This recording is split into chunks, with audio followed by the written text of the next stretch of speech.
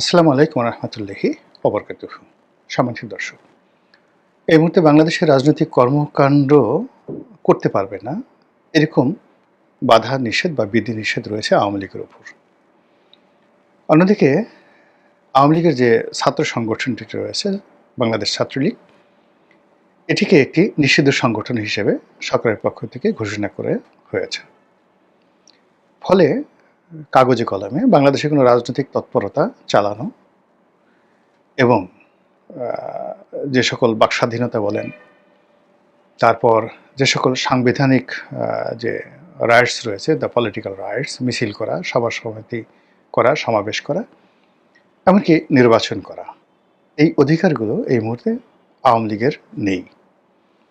আর ছাত্রলীগ যেহেতু একেবারে নিষিদ্ধ, কাজেই তারা যদি এই ধরনের কোনো কর্মকাণ্ড করার চেষ্টা করে তাহলে আইন অনুযায়ী দেশের সর্বোচ্চ যে শক্তিমত্তা রয়েছে, সেই শক্তিমত্তা হলো যে রাষ্ট্রশক্তি প্রয়োগ করবে।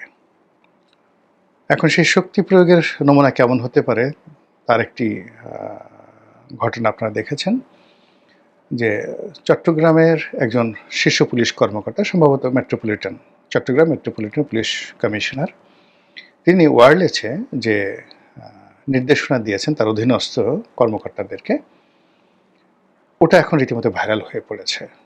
সেক্ষেত্রে সন্ত্রাসী বলতে কাদেরকে বোঝানো হয়েছে এটা মোরালেস আমরা সবাই বুঝি। অর্থাৎ ছাত্রলীগের কোনো নেতাকর্মী বা আওয়ামী লীগের কোনো নেতাকর্মী যদি কোনো কর্মকাণ্ড করার চেষ্টা করে, এর বাইরে অন্য সন্ত্রাসী যারা আছে তারা তো থাকবেই। তাদের প্রতি যে আচরণ করতে বলা হয়েছে, ডাইরেক্ট একেবারে কি একটা অস্ত্র আছে, সেই অস্ত্র দিয়ে গুলি করার যে নির্দেশনা তিনি যেভাবে দিয়েছেন, হুকুম দিয়েছেন, এটি নিয়ে এখন তোলপাড় চলছে। এর অর্থ যে সরকার এখন কোনো অবস্থাতেই ঝুঁকিতে যাবে না এবং কোনো কিছু বরদাস্ত করবে না। এখানে চট্টগ্রামটাকে সরকার খুব যাকে বলা হয় তাদের অত্যন্ত গুরুত্বপূর্ণ একটি এলাকা বলে তারা মনে করে কয়েকটি কারণে। এখানে ডক্টর মোহাম্মদ ইউনূসের বাড়ি।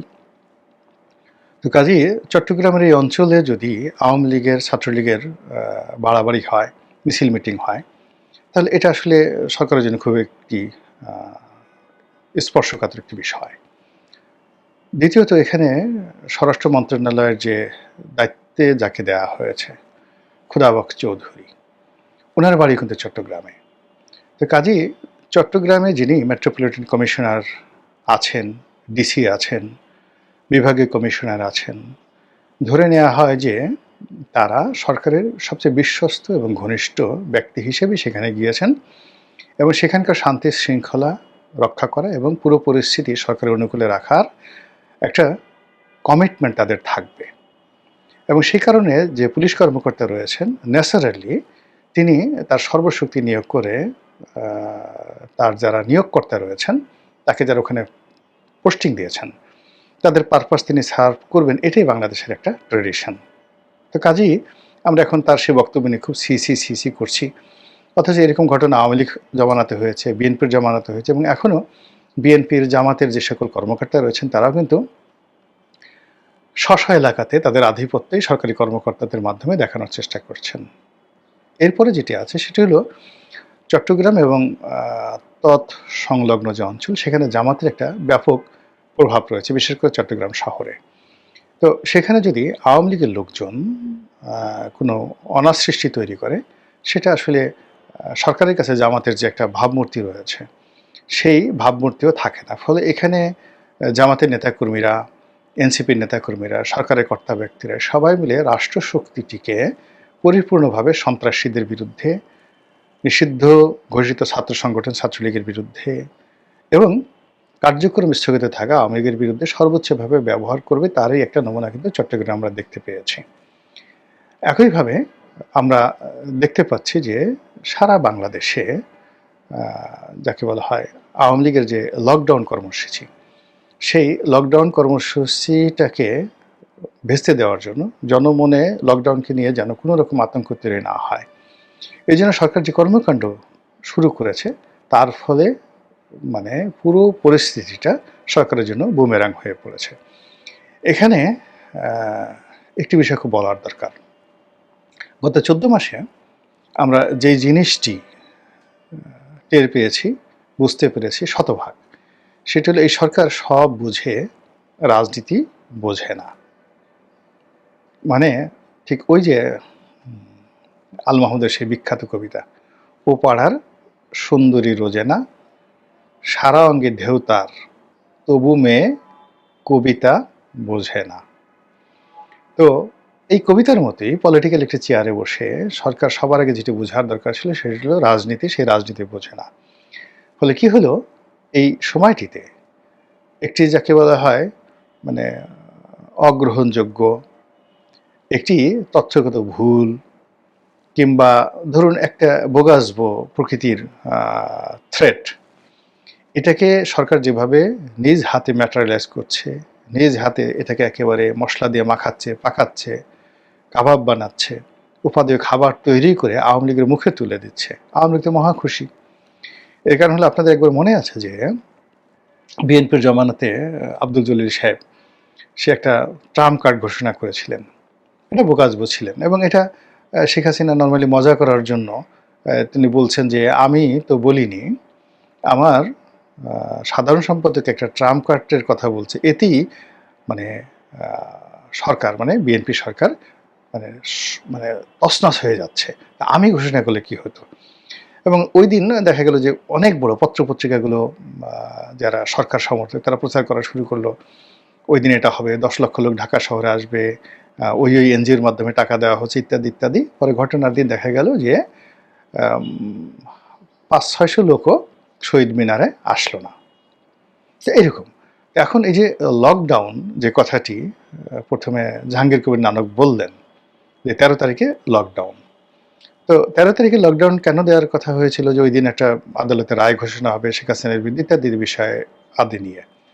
এখন এটা আসলে আমার কাছে মনে হচ্ছিল যে এইভাবে লকডাউন কথাটা অতটা ভেবে চিনতে বলেনি, হয়তো শাটডাউন যাকে বলা হয় বলার চেষ্টা করেছিলেন, কিন্তু মুখ দিয়ে লকডাউন বের হয়ে গেছে। এমনি ইদানিং বয়স হয়ে গেছে জাহাঙ্গীর কবির নানক সাহেবের, তার কথায় জড়তা আছে, আর তিনি এমনি আসলে সভামঞ্চে ভালো বক্তব্য করেন, কিন্তু টেলিভিশনের সামনে তারপর ক্যামেরার সামনে ওইভাবে ভালো মতো সাজিয়ে গুছিয়ে কথাবার্তা বলতে পারেন না। ইংরেজি উচ্চারণ যথেষ্ট দুর্বল আছে, আরবিতে একেবারেই পারে না। একবার এই যে পবিত্র ঈদুল আজহা এই শব্দটি উচ্চারণ করতে গিয়ে তিনি যখন স্থানীয় সরকার মন্ত্রী ছিলেন, কি একটা কেলেঙ্কারি ঘটিয়ে ফেলেছিলেন, তিনি উচ্চারণই করতে পারেননি।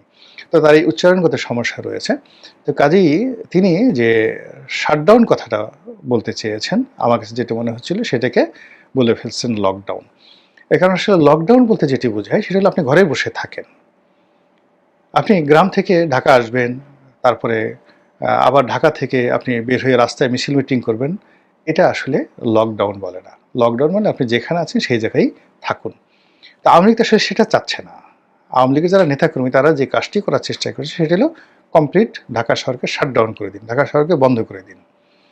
কিন্তু এই যে তারা লকডাউন কথাটা বললো, এই কথাটা মানে সরকারের যারা লোকজন রয়েছে তারা এত সিরিয়াসলি নিল, তারা মোটামুটি লকডাউন ঘোষণা করে দিল যে লোকজন যেন ঘর থেকে না বের হয়।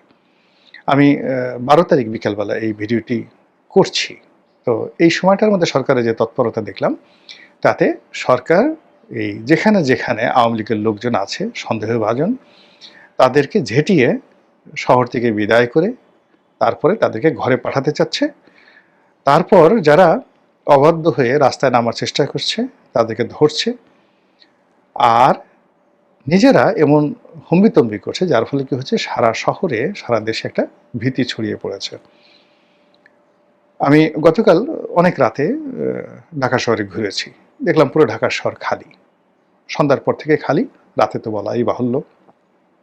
আর আজকে এই যে সময়টাতে যে ভিডিও করছি, আমার অফিসের আশেপাশে বলতে গেলে সবচেয়ে ব্যস্ততম এলাকা পল্টন এলাকা, এখানে মানে একেবারে খালি, লোকজন নেই। এটা মোটামুটি সরকার বাহাদুরের বদৌলতে আওয়ামী লীগ এই মানে তাদের যে লকডাউন সেটাকে শাটডাউনের দিকে নিয়ে গেছে। পত্রপত্রিকাগুলো ভীতি ছড়াচ্ছে, যেখানে সরকার বলছে যেমন কোনো রিপোর্ট করা যাবে না ভীতি ছড়ানোর জন্য। এখন কোন সেই অফিসের সামনে কে পেট্রোল ঢাললো, কে বাস পোড়ালো, এগুলোকে এমনভাবে প্রমোট করা হচ্ছে যে চারিদিকে এটা ভীতি ছড়িয়ে দেওয়া হচ্ছে এবং আওয়ামী লীগের লোকজন এখানে খুব মজা পাচ্ছে। এবং এই ধরনের ঘটনা যখন ঘটে, এখানে তো আওয়ামী লীগ নেই, ছাত্রলীগ নিষিদ্ধ, তারা যে কাজগুলো কতটা করতে পারবে গত 14 মাসে আমরা সেটা দেখেছি। কিন্তু এখানে আওয়ামী লীগকে ফাঁসানোর জন্য, ছাত্রলীগকে ফাঁসানোর জন্য বা সরকারকে ফাঁসানোর জন্য তৃতীয় শক্তি, চতুর্থ শক্তি, পঞ্চম বাহিনী তারা যদি এই জায়গাতে অপকর্ম করে থাকে, তাহলে সেটা সামাল দেওয়ার দায়িত্বও কিন্তু সরকারের। সরকার যদি সব কিছু মানে যাকে বলা হয় এখন এই যে সারা বাংলাদেশে এই মুহূর্তে যা কিছু হচ্ছে, যেভাবে পত্রপত্রিকা আসছে, এর দায়িত্ব যদি পরিপূর্ণভাবে যাকে বলা হয় আওয়ামী লীগের উপর দেওয়া হয়, ছাত্রলীগের উপর দেওয়া হয়, নিষিদ্ধ ঘোষিত ছাত্রলীগের উপর দেওয়া হয়, তাহলে তো কেল্লা ফতে। ধরে নিতে হবে যে তারা সরকারের ভিত্তি নাড়িয়ে দিতে পারে। তারা লকডাউন বলে শাটডাউন করে দিতে পারে, শাটডাউন বলে লকডাউন করে দিতে পারে। এবং এই যে প্রতিপক্ষকে ভয় পাওয়া এবং প্রতিপক্ষকে বেশি প্রিভিলেজ দেওয়া, এটি কিন্তু একটা সরকারের সবচেয়ে বড় দুর্বলতা। আবার প্রতিপক্ষ শক্তিমত্তাকে যদি হীন করে দেখা, যেটা আওয়ামী লীগের পতনের মূল কারণ। তারা এই যে যখন ছাত্ররা আন্দোলন করছিল, ঠিক সেই সময়টাতে উনি যখন চীনে গেলেন, তখন আমি একটা ভিডিও বানিয়েছিলাম যে ওনার আসলে এই মুহূর্তে চীনে যাওয়াটা ঠিক হচ্ছে না। এটাকে আমি বলছিলাম যে এই পচা শামুকই কিন্তু শেখ হাসিনার পা কাটবে। আপনারা দেখুন যে শেখ হাসিনার পতনের আগে তিনি চীনে গেলেন, চীন থেকে আসলেন, এসে তিনি যাকে বলা হয় এই সংবাদ সম্মেলন করলেন এবং সেখানে রাজাকারের বাচ্চা কাচ্চা বলেন, আর পুরো জিনিসটা তার নিয়ন্ত্রণের বাইরে চলে গেল, রাজাকারের নাতিপুতি। তো উনি যখন চীনে যাবেন পরিকল্পনা হলো, তখন আমি বললাম যে ওনার এই চীনে যাওয়াটা ওনার জন্য বুমেরাং হয়ে যাবে। আবার উনি যখন আসলেন, আমি বললাম যে উনি ওখান থেকে অপমানিত হয়ে আসছেন, কাজেই এই মুহূর্তে তার সংবাদ সম্মেলন, প্রতিবার যেভাবে এসে তিনি সংবাদ সম্মেলন করেন, তো এইবার তার এই সংবাদ সম্মেলন করাটা ঠিক হবে না। কিন্তু দেখেন সেই কাজটি করতে গিয়ে নিয়তির কোন পর্যায়ে চলে গেছে। এবং পুরো আন্দোলনটি সেই একদম খুব কাছের থেকে দেখেছি।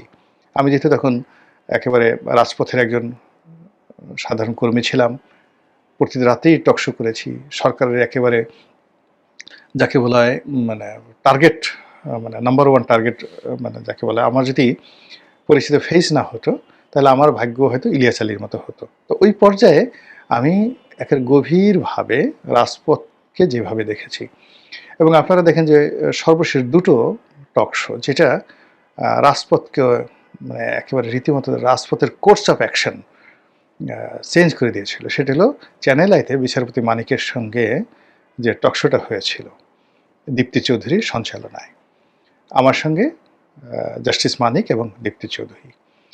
এবং ওই টকশোতে যা কিছু হয়েছিল আপনারা একটু দেখলেই বুঝতে পারবেন যে ওখানে কি হয়েছিল এবং ওই পরিস্থিতি যে রিপারকাশন তৈরি করেছিল ওই টকশোর যে ঘটনাটি, তার ফলে পুরো আন্দোলন কিন্তু দাবানল হিসেবে মানে দাও দাও করে জ্বলে উঠেছিল।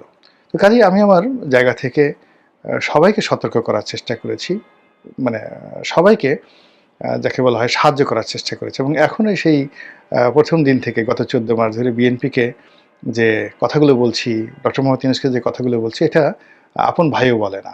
তো এখন এই যে বর্তমান যে অবস্থাগুলো হচ্ছে, এই অবস্থাতে সরকার এই যে লকডাউন নিয়ে, শাটডাউন নিয়ে যে কাণ্ড কারখানা করছে, এবং সরকারের যারা আপনজন, একান্ত আপনজন স্টেক হোল্ডার আছেন, বিভিন্ন পত্র পত্রিকা, সাংবাদিক, যারা চায় যে ডক্টর মোহাম্মদ ইউনূস দীর্ঘদিন থাকুক, বিভিন্ন রাজনৈতিক দলের নেতৃবৃন্দ যারা ডক্টর মোহাম্মদ ইউনূসের খুব কাছাকাছি, তারা এখানে সান্ত্বনা না দিয়ে, কাউন্টার রাজনৈতিক প্রোগ্রাম না দিয়ে, উল্টো রাষ্ট্রশক্তিকে ব্যবহার করে যে ভয় ভীতি তৈরি করছে, এর ফলে সরকার যে ভয় পেয়ে যাচ্ছে, এটাই আওয়ামী লীগের জন্য একটা নতুন উল্লাস তৈরি করবে, আনন্দ তৈরি করবে। তারা একটা ফুর্তি, একটা ইস্যু পেয়ে যাবে।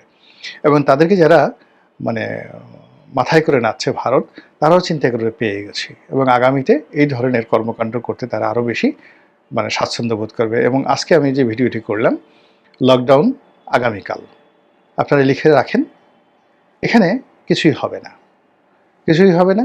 ওই দিন ঢাকার রাজপথ ঠিক থাকবে, এরপর উত্তরাঞ্চলে একটু শীত বেশি পড়বে, ঢাকা শহরে হালকা একটু শীত শীত অনুভব হবে, সারাদিন সূর্য ভালোভাবে আলো দেবে, এর বাইরে কিছুই হবে না। আর আজকে মানে দেখা যাচ্ছে এই যে আমরা যে সরকারকে যে উত্তেজিত অবস্থায় দেখছি, সরকার আজকে সারাটা রাত আতঙ্কে কাটাবে এবং আতঙ্ক কাটার পরে কালকে সকালবেলা যখন দেখবে কিছুই ঘটে না, তখন এই যে ৩-৪ দিন বা ১ সপ্তাহের যে তাদের ক্লান্তি, এই ক্লান্তিতে তাদের অনেকের যাকে বলা হয় নিউমোনিয়া হয়ে যাবে, অনেকের জ্বর হবে, অনেকের পেট খারাপ হয়ে যাবে। টেনশনে তো মানুষের পেট খারাপ হয়ে যায়। আর মধ্যখানে আওয়ামী লীগ তখন দূর থেকে হাসবে যে কী একটা কথা বললাম, একটা লকডাউন একটা কথা বললাম, এটা ভালো মতো বুঝলোও না, উল্টে ফেলে নিজেরা দৌড়াদৌড়ি করে একেবারে সব কিছু শেষ করে ফেলল। ছ্যাঃ!